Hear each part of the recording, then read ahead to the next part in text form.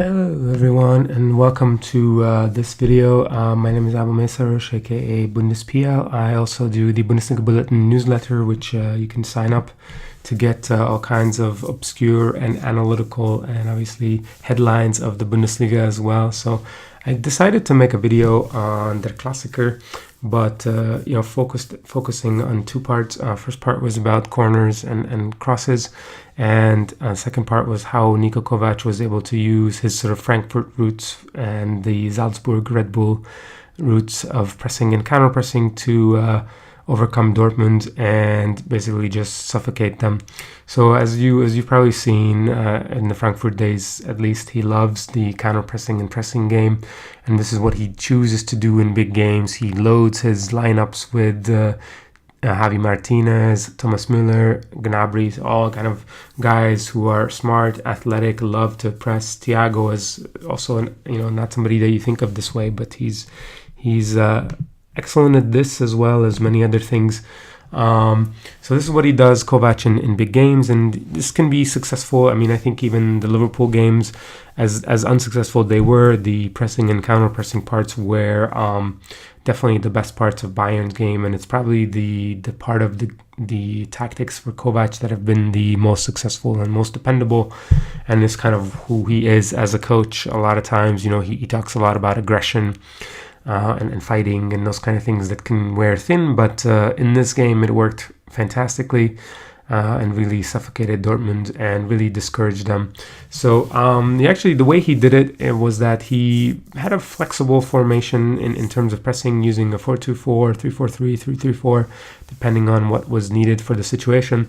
But as you can see in all of those lineups, you've got almost 3-4 guys pressing the first line, and that was a major obstacle for Dortmund to overcome, particularly because Bürki isn't particularly a good build-up player, and he was able to prevent Axel Witsel, who had dropped back once or twice from getting the ball, as I will show you here, to kind of start the build-up. And Akanji struggled, and he's not that great in precise passes, and Zagadou was kind of off his game, as you can see from the big mistakes, and basically really only had one good pass that actually resulted in the Dahoud chance later on.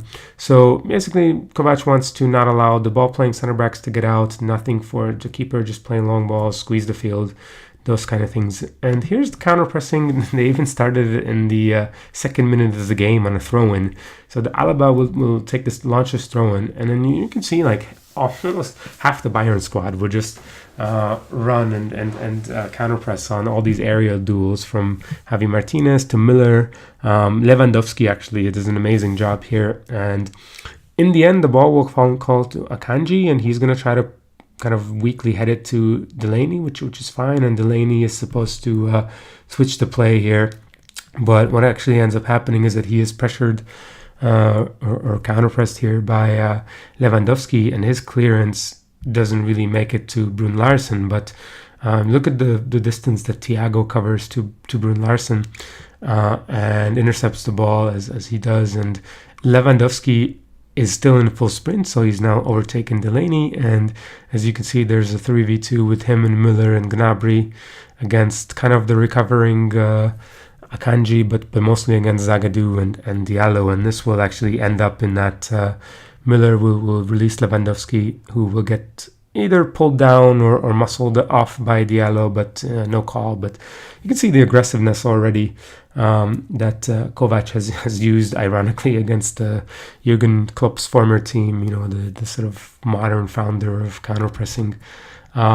Here's an example of Kovac using the 4-2-4 high press to disrupt the build-up, kind of pushing Thiago all the way up on Delaney, and using Thomas Müller on Witsel, and then using Coman out wide and center back and Lewandowski on Zagadou, and basically just saying to Bürki, okay, if you want to play to one of the fullbacks and let us get into an aerial duel, that's fine.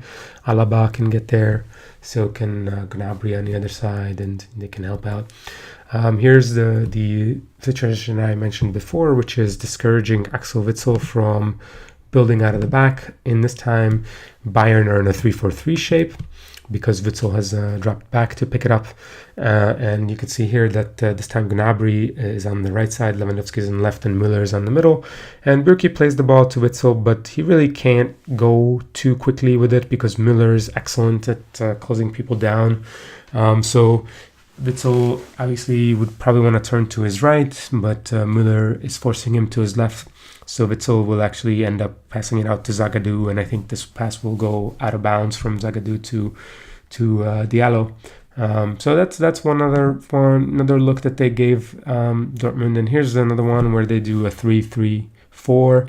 This time another, again, different look where Coman is on the far left, kind of closer to Akanji, who's split wide. Thiago is on Witsel and Müller is on Delaney, and Lewandowski is controlling that pass to Zagadou, but also keeping Bürki honest as well. So again, the result is a long ball to Brun Larsen / Diallo, and you can see Kimmich is there, Gnabry is there, and Süle can kind of also help out. So it's a risk that Bayern were taking, but really because Dortmund were playing with so few attackers, you can see, and none of them really are going to win a header for you. You know, Royce, Brun Larsen, Sancho, neither of them are going to win headers.